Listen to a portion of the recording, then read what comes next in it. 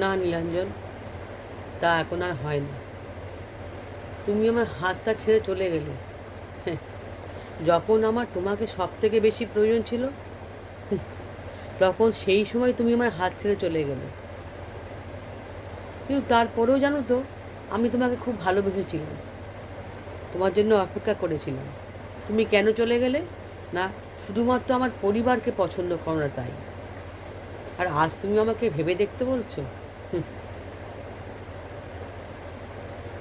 আমি জানো তো তোমাকে তখনও ভালোবাসতাম, এখনও ভালোবাসতাম, আর তোমার জন্য অপেক্ষাও করেছিলাম। কিন্তু তুমি কি করলে? তুমি অন্য একজনকে জীবনসঙ্গী করে সংসার শুরু করলে। এ কি?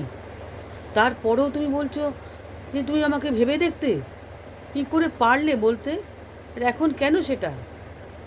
না, না, সেটা আর হয় না। সরি।